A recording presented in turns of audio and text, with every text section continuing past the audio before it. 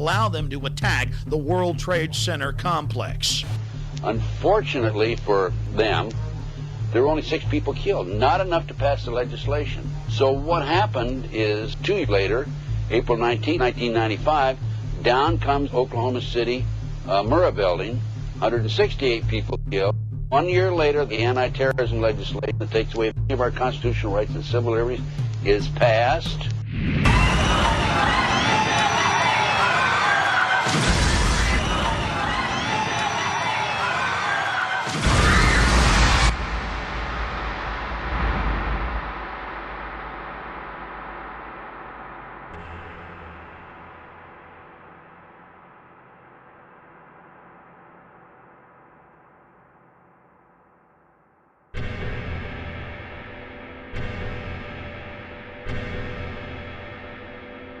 Because at 9:30 this morning, we were actually running an exercise for over a company of 1,000 people in London, based on simultaneous bombs going off precisely at the railway stations that happened this morning.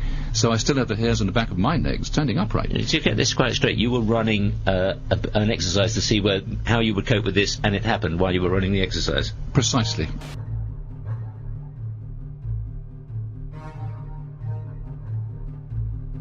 Supposed to believe is some kind of coincidence, there was also an anti-terrorist drill going on 7/7.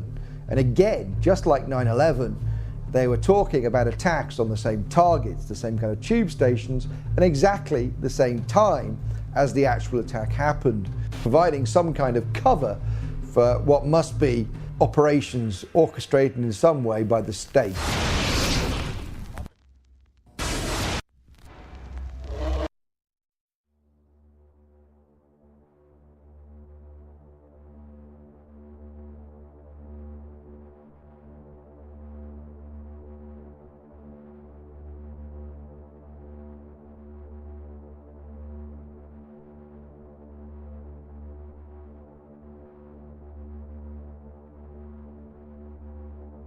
I am absolutely appalled at how much people in this country do not think. We are given to understand that an Arabic guy out there up in the mountains financed the most elaborate attack on this country. Do you think some people in a cave were able to have NORAD stand down? Do you think that people in a cave were able to have all of this happen? And when I think about how many Americans were killed in New York City, and believing as I do that this thing was a setup job, this is a textbook operation that Nazis used, and they've used it over and over again. America has been suckered in one more time. I don't have to tell you things are bad. Everybody knows things are bad. The dollar buys a nickel's worth. Banks are going bust. Shopkeepers keep a gun under the counter. Punks are running wild in the street, and there's nobody anywhere who seems to know what to do, and there's no end to it. We know the air is unfit to breathe, and our food is unfit to eat. We sit watching our TVs while some local newscaster tells us that today we had 15 homicides and 63 violent crimes, as if that's the way it's supposed to be. We know things are bad, worse than bad. They're crazy. It's like everything everywhere is going crazy, so we don't go out anymore.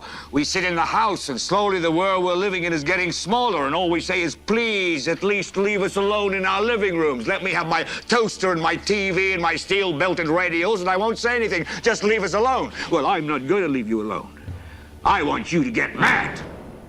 I don't want you to protest. I don't want you to riot. I don't want you to write to your congressmen, because I wouldn't know what to tell you to write. I don't know what to do about the depression and the inflation and the Russians and the crime in the street. All I know is that first, you've got to get mad. You've got to say, I'm a human being. God damn it. My life has value.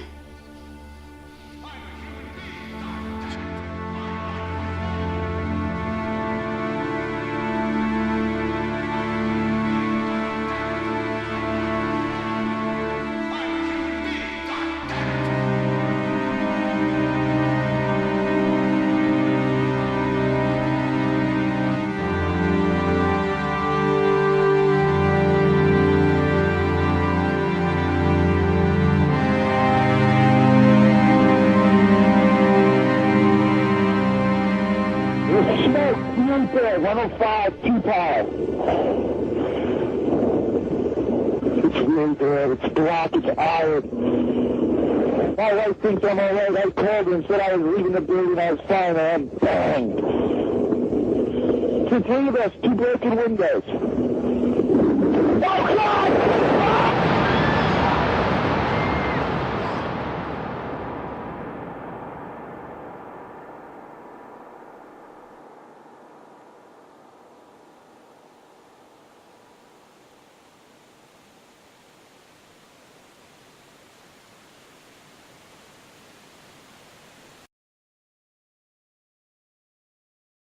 Ladies and gentlemen, the very word secrecy is repugnant in a free and open society, and we are, as a people, inherently and historically opposed to secret societies, to secret oaths, and to secret proceedings. For we are opposed around the world by a monolithic and ruthless conspiracy that relies primarily on covert means for expanding its sphere of influence, on infiltration instead of invasion, on subversion instead of elections, on intimidation instead of free choice. It is a system which has conscripted vast human and material resources into the building of a tightly knit, highly efficient machine that combines military, diplomatic, intelligence, economic, scientific, and political operations. Its preparations are concealed, not published. Its mistakes are buried, not headlined. Its dissenters are silenced, not praised. No expenditure is questioned, no secret is revealed.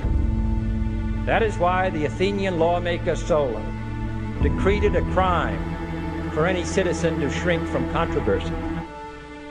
I am asking your help in the tremendous task of informing and alerting the American people, confident that with your help, man will be what he was born to be, free and independent.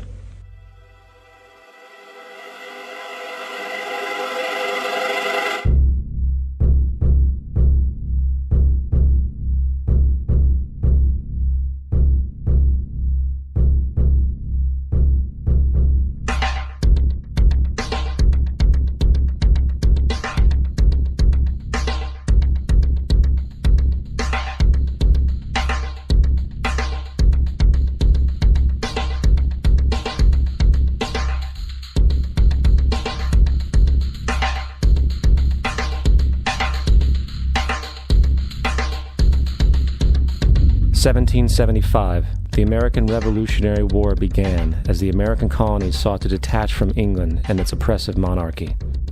Though many reasons are cited for the revolution, one in particular sticks out as the prime cause: that King George III of England outlawed the interest-free, independent currency the colonies were producing and using for themselves, in turn forcing them to borrow money from the Central Bank of England at interest, immediately putting the colonies into debt. And, as Benjamin Franklin later wrote, the refusal of King George III to allow the colonies to operate an honest money system which freed the ordinary man from the clutches of the money manipulators was probably the prime cause of the Revolution. In 1783, America won its independence from England. However, its battle against the central bank concept and the corrupt, greed-filled men associated with it had just begun. So what is a central bank? A central bank is an institution that produces the currency of an entire nation. Based on historical precedent, two specific powers are inherent in central banking practice: the control